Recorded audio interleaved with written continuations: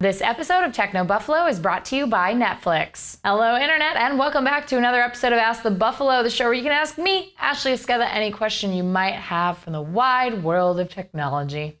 Every Tuesday, we put up a call for questions on technobuffalo.com. You can leave your question in the post comments. Otherwise, you can send them to me any time of the day or night on Twitter at technobuffalo or at Ashley Esqueda.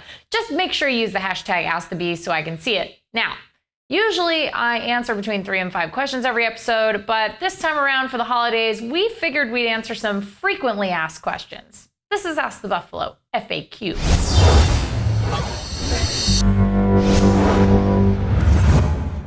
I figured we had to bring in the original Buffalo, Jon Rettinger. Say hi to everyone. Hi. To answer some of these questions because I've only been here a little while, but John's been here since day one. So I figured if there was a question I could not answer, if there was a problem, John would solve it. So if there's a problem, I'll solve it.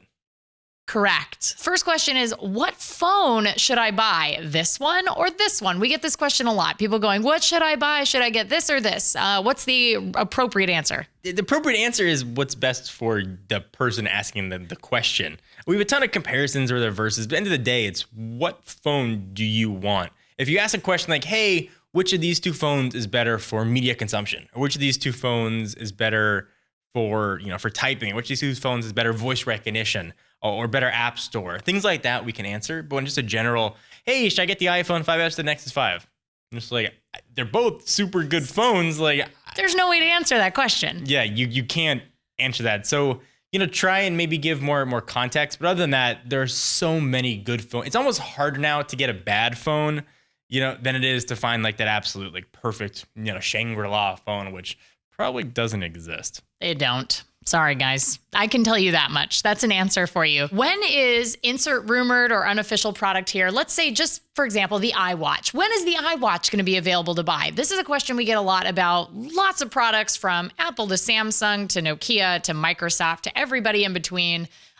What is the answer for this question? So if I knew the answer to that question, I would have like 40 Lamborghinis. The answer is we don't know, unofficial product. What we can say, is what we hear for rumors. So if an iWatch was to be announced, it would make sense, probably a June, July announcement. You could say maybe August. So you could maybe second half of the year, would be something that you could say, but we're just guessing. That's the honest answer. Anybody who tells you they know and then doesn't put a caveat of like, is straight up lying to you. Nobody knows. It could come tomorrow. They could announce it at CES and upstage everybody. I mean, do you know? They probably won't, but no, I don't know. I even know people who work at Apple, and I don't even know. They're ironclad, let me tell you. Yeah, they could always just go Beyonce style and just release it, at midnight. At midnight, they just drop it, and there's like boom. iWatch. Mic drop. Out. Apple out. Also one we get a lot. Where is blank staff member? So we get, where is so-and-so? Where is John Q? People thought John Q was dead. Dude, John Q better not be dead. I talked to him this morning, so I hope not. Otherwise, they're like, it's going to be like a scary story where they're like, John Quatch has been dead for 10 years. What do you mean he sent you an email? If you play one of our videos backwards from about a year and a half ago, we actually reveal the whole story in sort of a Beatles-esque fashion. Yes. We did a video with John Quatch when he came down from Canada to work at the office, and he was still here answering all those questions, but he is still very much here. He's actually editing this video, so maybe you can get him to wave and say hi while he's editing. But he does a lot behind the camera and sort of behind the scenes, and he prefers to be behind the scenes, despite how much I think we all would love to have him in front of the camera more. I think, he's hilarious. And I still say this to John's face. I think he would have been one of the biggest and best YouTubers, not even just in the tech world, out there if he just would have kept with it. So, maybe if you just keep asking him to be on camera, he will acquiesce and be on camera. I hope so. Just keep asking. He's reading your comments. Also, for asking about anybody else, this is a pretty fluid industry. People come, people go. I wasn't here a year ago. Now I'm here. So, yeah. I mean, that's kind of the nature of the business. It's a job. If you're in the workforce, you were somewhere else before you were where you're at now, and you have jobs afterwards. We try to, keep everybody here, but sometimes things don't work out or people want to try other things. Just sort of the nature of the beast.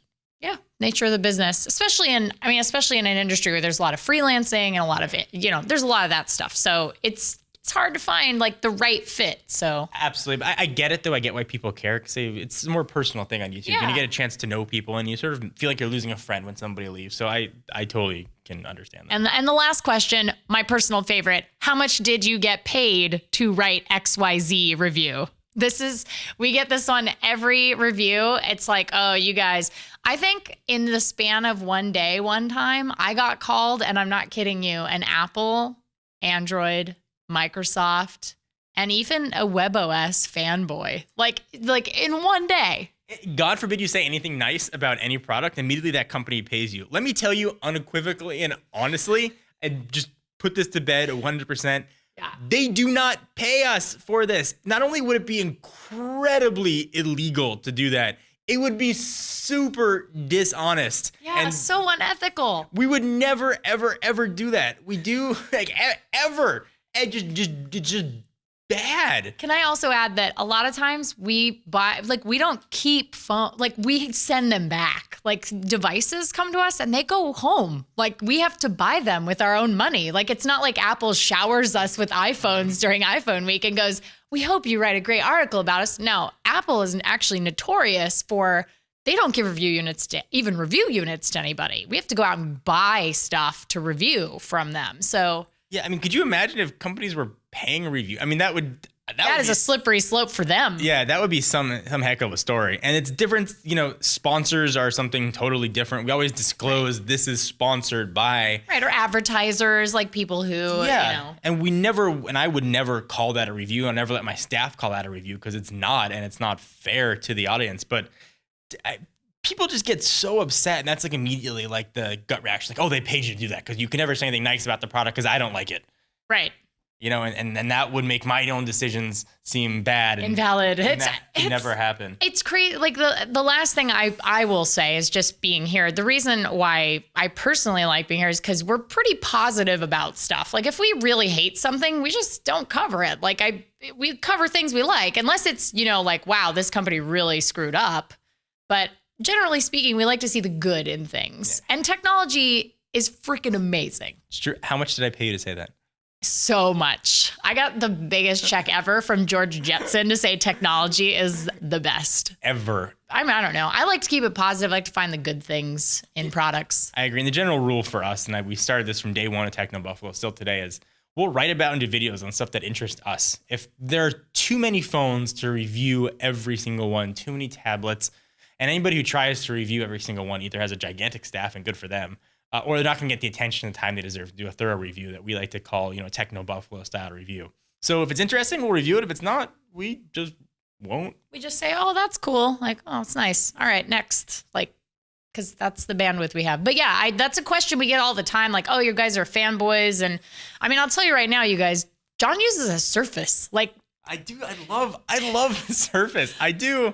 I'm using the Lumia 2522 now. See, and that's the thing. Like, we use products from every ecosystem. Like I have a Samsung television that I really like. I have an iPhone. I love HTC products. I like Pebble. Like, we just like good technology. That's really at the end of it. We like good technology, but we're also aware they have their flaws. Yeah, what it boils down to, we like good technology and bad jokes. Definitely bad jokes. I got to interrupt the show for a quick second to thank our friends and sponsors for today's broadcast, Netflix. I'm a little bit obsessed with It's Always Sunny in Philadelphia. Mac, Charlie, Dee, Dennis, and Frank never fail to make me laugh. But I came to the show in the 3rd season and I wanted to check out previous episodes. So Netflix lets you stream great movies and TV shows directly to your house. You can stream all that content with the Netflix app for Xbox 360, Xbox One, PS3, PS4, Apple TV, Nintendo Wii, Roku. You get the idea. Now I can watch 8 straight seasons of It's Always Sunny, starting right at the pilot episode. We've got a special for anyone out there wanting to try Netflix, a free 30-day trial if you head over to netflix.com/buffalo. That's a whole month of watching your favorite stuff. If you want to cut your cable cord, Netflix is the perfect place to get started. That's netflix.com/buffalo. That's it for this week's Ask the Buffalo. Thank you so much for watching. Give the show a thumbs up if you enjoyed it. We really appreciate that. And please check us out at technobuffalo.com for all the latest and greatest tech news. Until next week, I'm Ashley Esqueda. See you guys next time.